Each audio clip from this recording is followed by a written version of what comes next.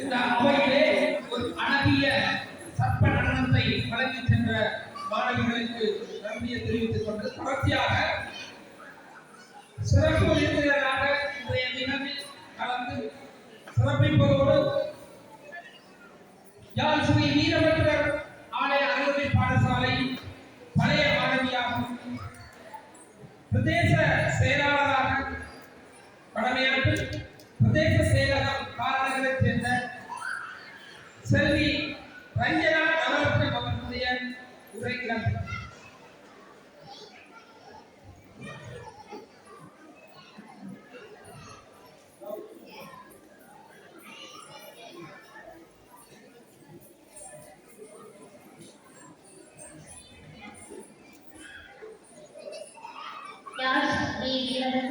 ஆலய அறநிலை பாடசாலையில் இந்த மாணவர் கௌரவிக்கும் மற்றும் ஆன்மீக கலை நிகழ்வும் இந்த நிகழ்வுக்கு தலைமையாக நிகழ்ந்து கொண்டிருக்கின்ற அறநிலை பாடசாலையினுடைய அதிபர் திரு குமரதாஸ் அவர்களே, பிரதம விருந்தினர் சத்யசூரி அவர்களே, நேரத்தை கருத்தில் கொண்டு சிறப்பு விருந்தினர்கள்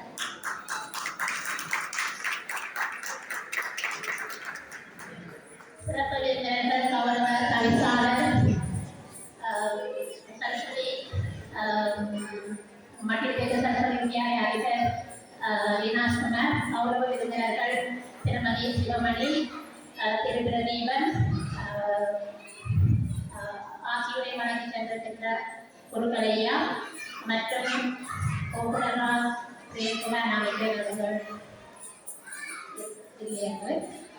மற்றும் இந்த பாடசாலையினுடைய ஆசிரியர்கள், மாணவர்கள், தேனிய அன்னை பாடசாலையினுடைய ஆசிரியர்கள், மாணவர்கள், நலன் விரும்பிகள் அனைவருக்கும் இந்நேர வழக்கத்தை தெரிவித்துக் கொண்டு உண்மையிலேயே நல்ல ஒரு நிகழ்விலே கலந்து கொண்டிருக்கின்ற ஒரு மரண வயது.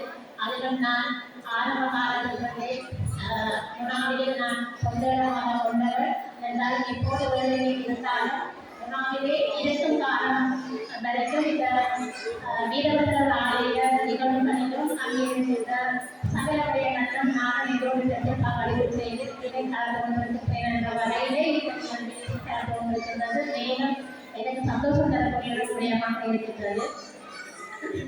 இந்த அறநெறி பாடசாலையினுடைய முக்கியத்துவத்தை பற்றி நான் எனக்கு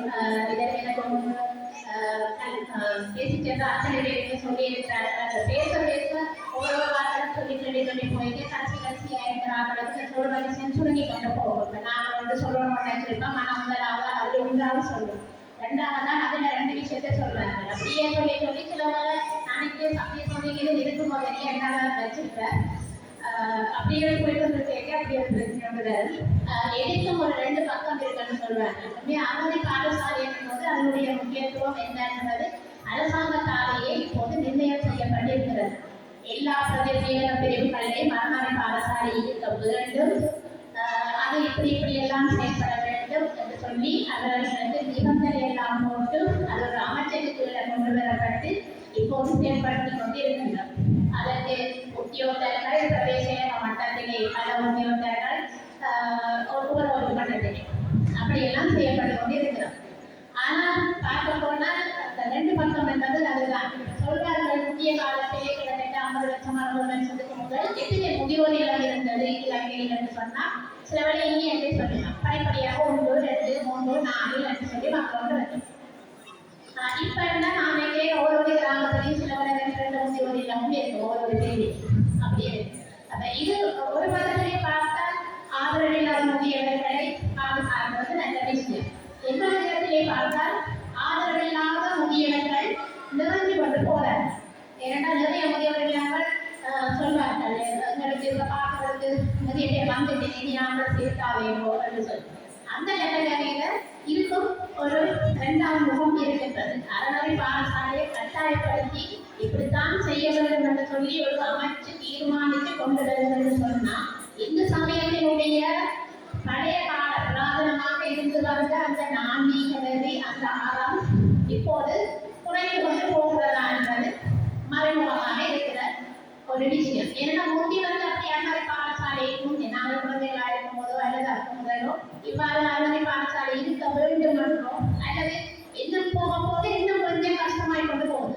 இப்போ கொஞ்ச காலத்துக்கு முதல் வந்து ஞாயிறு மட்டும் இருந்தது, ஞாயிறு காலையில் 12 மணி வரை. இப்போது ஒரு நாளைக்கு 2-3 வருஷமா வெள்ளிக்கிழமையும் பின்னேரம் அதற்காக ஒதுக்கப்படுகிறது என்று சொல்லப்படுகிறது. அப்படியே ஒரு பக்கத்தால குறைந்து கொண்டு போற வழியாகத்தான் அரசாங்கம் இப்ப அதை திருப்பி பழையபடி கொண்டு வரதுக்காக இப்படியான கட்டுப்பாடுகளை விதித்தாவது ஆன்மீகத்தை கடக்க வேண்டும், அறநெறியை மேம்படுத்த வேண்டும் என்று செய்யக்கூடிய ஒரு நிலைமை ஒன்று வருகிறது. இது வந்து ஒரு விதத்திலே பார்த்தா உண்மையிலேயே கவலை வரக்கூடிய விஷயம். நாம் எமது இயல்பிலிருந்து பண்பாட்டிலிருந்து மாறிக்கொண்டு போகிறோம் என்ற விஷயம்.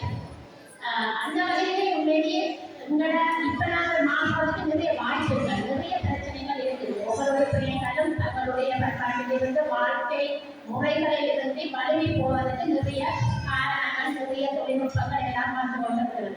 அதனாலே இப்படியான அறநெறி பாடசாலைகளும் அதற்கான கட்டுப்பாடுகளும் இருக்கிறது, கட்டாயமாக தேவைப்படுற ஒரு விஷயமாக இருக்கிறது. நான் முந்தைய காலத்திலே குழந்தை பிள்ளைகளுக்கு அம்மா பிள்ளைகளை ஏதாவது செய்யலைன்னு சொன்னா அம்மா சொல்றது வந்து சாமி பிடிக்கும், சாமி கண்ணை கொடுக்கும், இப்பதான் சொல்லிடுறாங்க முந்தி.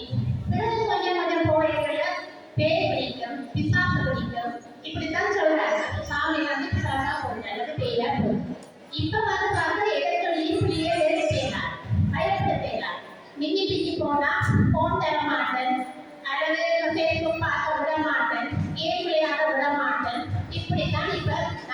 பிள்ளைகளை நிறுத்த வேண்டிய ஒரு தேவை இருக்கு. அப்ப இதே காரணம் நாங்கள் எங்கே சென்று கொண்டிருக்கிறோம் என்று சொல்லுது. அப்ப முந்தி சாமி மன்னன் குத்தும், சாமி பிடிக்கும், சாமி கோவிச்சு போடுவார், இப்பதான் சொல்றது நம்ம சாமி கோவிச்சேன். அப்ப அப்படி இருக்கல எங்களுக்கு சாமி கடவுள் என்ற ஒரு நினைப்பு பயம் இருக்கு. கெட்ட விஷயங்கள் செய்யுங்க, அடுத்தவர்களுக்கு கெடுதல் செய்யுங்க, சாமி பார்த்து கொண்டிருக்கிறேன், கடவுள் பார்த்து கொண்டிருக்கிறேன், எங்களை கண்டிப்பேன், நாங்கள் இதை செய்யக்கூடாது. ஆனா இப்போது தேவை இப்ப போன் என்னெல்லாம் வரைங்க அந்த பயம் நான் நினைக்கிறேன் யாருமே இருக்காது. அதிகமா இப்ப வாழ பிள்ளைகள் சின்ன வயசு பிள்ளைகளுக்கு அந்த பயம் இருக்கவே வாய்ப்பில்லை. எங்களுடைய சமூகம் எப்படி மாறிக்கொண்டு போகுதோ அதுக்கேற்ற மாதிரி ஏதாவது ஒன்றை சொல்லியாவது அந்த சமூகத்தை தக்க வச்சு கொள்வது, அந்த சமூகத்தினுடைய இருப்பை பண்பாட்டை தக்க வச்சு கொள்வதற்கு தான் இப்படியான நிகழ்வுகள் நாங்கள் நடத்த வேண்டியிருக்கிறது. நான் இப்ப இந்து சமயத்தை சொல்றேன், நான் இந்து சமயம் கண்டபடியே நான் குறித்து சொல்லலாம். இதே வேறு சமயம் இருந்தால் பிறகு சமய பிரச்சனையா மத பிரச்சனையா மாறிடும். இப்ப முந்தைய காலத்துல சொல்றாங்க நம்ம கோயிலுக்கு போவோம், வெள்ளிக்கிழமை எல்லாம் கோயிலுக்கு போவோம், நாங்கள் போவோம், இப்படி வெள்ளிக்கிழமை தான் போவோம் அப்படி என்னெல்லாம் எல்லாமே போவோம். ஆனா இப்ப கோயிலுக்கு போனா அந்த சாமி கொடுக்கறதுக்கு யாரும் இல்லை. சாதாரண திருவிழாக்கள் சாமி கொடுக்கறதுக்கு யாரும் இல்லை.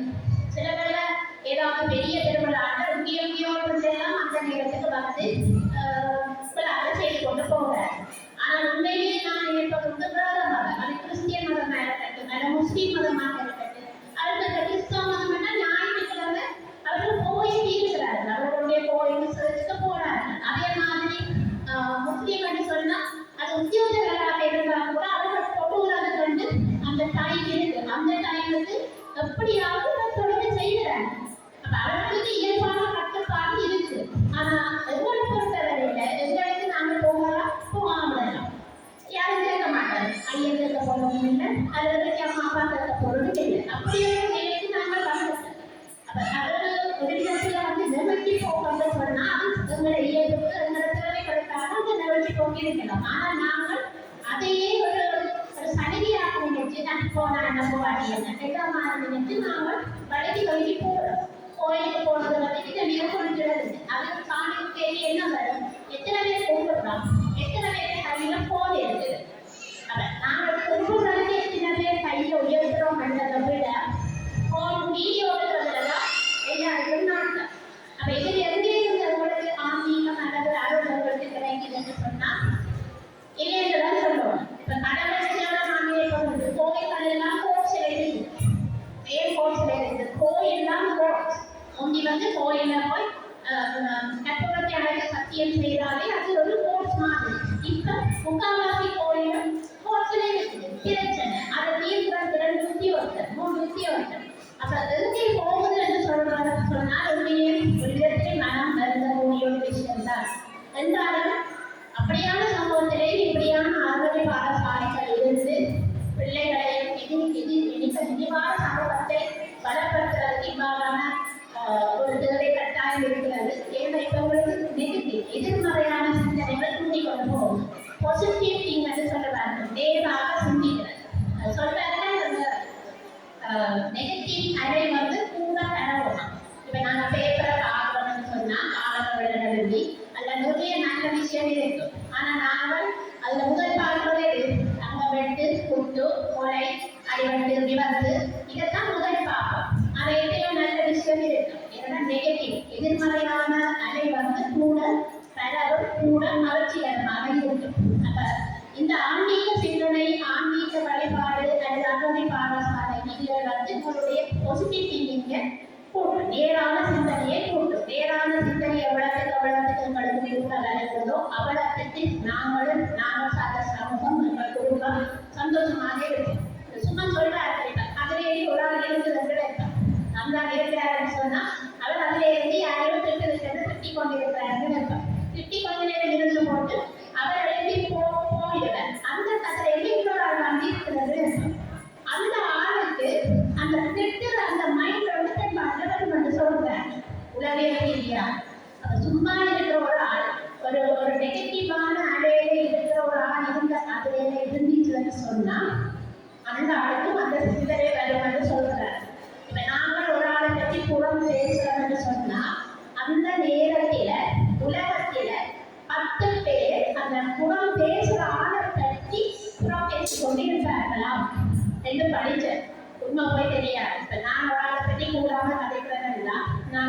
இந்த அந்த நேரம் இந்த உலகத்தில வேறு ஒரு 10 பேர் என்ன பற்றி கூடாம கதை கொண்டிருப்பாங்க. அந்த தாக்கம் தான் என்னை அப்படி கலைக்க வைக்கணும். அப்ப இப்ப அப்படியே நாங்கள் நினைச்சோம்னா நாங்கள் ஒருவரையும் புறம் பேச மாட்டோம், கெட்டது செய்ய மாட்டோம், நல்லவையே நினைப்போம் என்று நினைக்கிறேன். எனவே இவ்வாறான அனுமதிப்பாளர்களுக்கு பயிற்சிகள் தான் நாங்கள் பேசிக்கொண்டு போகலாம் நேரம் போகிறது. இவ்வாறான அனுமதி பாடசாலைகள் இந்த காலத்துக்கு மிகவும் கட்டாயமானது. அந்த வகையிலே உண்மையிலேயே எனது பாளைய பாடசாலை எனது ஊரடங்கு காக்கவில்லை. நானும் பல இடங்களிலே பிரதேசங்களாக ஒரு பிரதேசங்களாக வேலை செய்திருக்கிறேன். இந்த செல்வராட்சியிலே ஒரு பிரதேசங்களாக 8 வருஷம் வேலை செய்திருக்கிறேன். ஆனாலும் அப்பெல்லாம் இல்லாத ஒரு நல்ல ஒரு பலமான ஒரு நிலையில இதனுடைய ஸ்ரீ வீரபத்ர ஆலய அறுவடை பாடசாலை இருக்கிறது. உண்மையிலே எனக்கு எனது ஊரக ரீதியிலேயும் எனது பழைய பாடசாலை ரீதியிலே மிகவும் பெருமையாக இருக்கிறது. மாணவர்கள் எல்லாம் மிகுந்த திறமைசாலிகளாகவும் நிறைய வெளிப்பாடுகளை நான் அடிப்படையில் ஒரு கலைஞர் அந்த வகையில் எனக்கு மிக சந்தோஷமா இருக்கு. நல்லா பழகி இருக்கிறார்கள் ஆசிரியர்கள் மற்றும் பெற்றோர்கள் வந்து அந்த பிள்ளைகளை மிக சிறப்பாக பழகி இருக்கிறார்கள். சூப்பர் டேலண்டாக இருக்கு, பார்க்க மிக சந்தோஷமாக இருக்கிறது. எங்களால் ஊரில் இப்போ காரணம் இந்த வகைக்கு நான் மிக பார்க்கல. இப்போ நான் சொல்லுவேன் எங்களை ஊருக்கு போனால் நாங்கள் இந்த மாதிரி ப்ரோக்ராம் செய்து நீங்கள் செய்யறதுக்கு நான் கட்டாயம் கொடுப்பேன். அதுக்காக எதுவும் குறைகள் இல்லை, முயற்சி தான். இப்போ இதே மாதிரி செய்யறதுக்காக நான் போகாது இந்த விடத்தில். எனவே இந்த பிள்ளைகளை படிப்பிச்ச ஆசிரியர்கள், அனுமதி பாடசாலை ஆசிரியர்கள், பெற்றோர்கள், ஆலோசகர்கள் மற்றும் நலன் விரும்பிகள் அனைவருக்கும் எனது நன்மையை வாழ்த்துக்களை தெரிவித்துக் கொண்டு மேலும் மேலும் இந்த பாடசாலை முன்னேற வேண்டும். அதுக்கு எல்லாம் வீரத்திர பெருமானம் நிறைய கடவுள்கள் இருக்கிறார்கள். எல்லா கடவுள்களும் அருள் செய்ய வேண்டும் என்று சொல்லி இந்த சந்தர்ப்பத்திலே பிரார்த்தித்துக் கொண்டு என்னையும் இந்த நிகழ்வு மறக்காம நானும் அந்த ஊரகத்தான் நினைத்து என்னை அழைத்த இந்த நிர்வாகத்துக்கும் அனைத்து கவலைகளுடைய நிர்வாகத்துக்கும் நன்றியை தெரிவித்துக் கொண்டு மீண்டும் கொஞ்சம் பாடங்களை தெரிவித்துக் கொண்டு விடைபெறுகிறேன். நன்றி.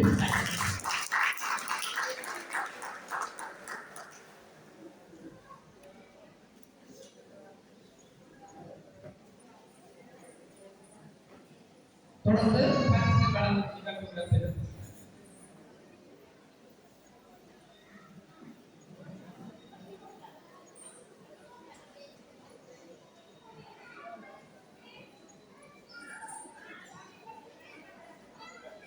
இந்து கலாச்சார திணைக்களத்தின் 2024 ஆண்டுக்கான ஆக்கத்திறன் விருது போட்டியில் பங்கு பெற்றி பிரதேச மட்டத்திலும் மாவட்ட மட்டத்திலும் செல்வன் வானியல் சித்திர போட்டியில் முதலாம் இடம் பெற்றவைக்கான விருதினை இப்பொழுது பெற்றுக் கொள்கிறார்.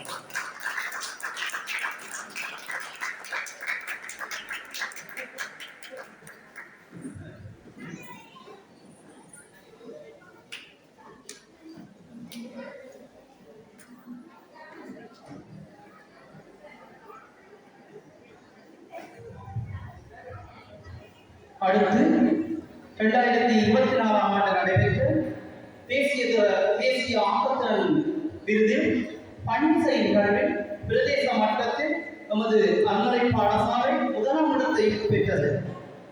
அப்பணிசை குழுவில் பங்கு பெற்றிய மாணவர்கள் செல்வன் ஆதிஸ், செல்வி பீனா யசாயினி, செல்வி ஞானனா ரஸ்மிகா, செல்வி டீனா அன்சிகா, செல்வி சூனா நிவேதா, செல்வன் ரோவண்ணா மாதுசன், செல்வி தீனா அபிஷாலினி, செல்வன் தீனா அபிஷனன், செல்வன் வானா ராக்ஷன், செல்வி தீனா டிலாக்சி, செல்வி தானா அஜி, செல்வி ஈனா கீர்த்தனா, செல்வன் ஆனா நட்குமரன், செல்வி மானா அஸ்மிகா, செல்வி பீனா அஸ்மிதா, செல்வி மானா சிந்து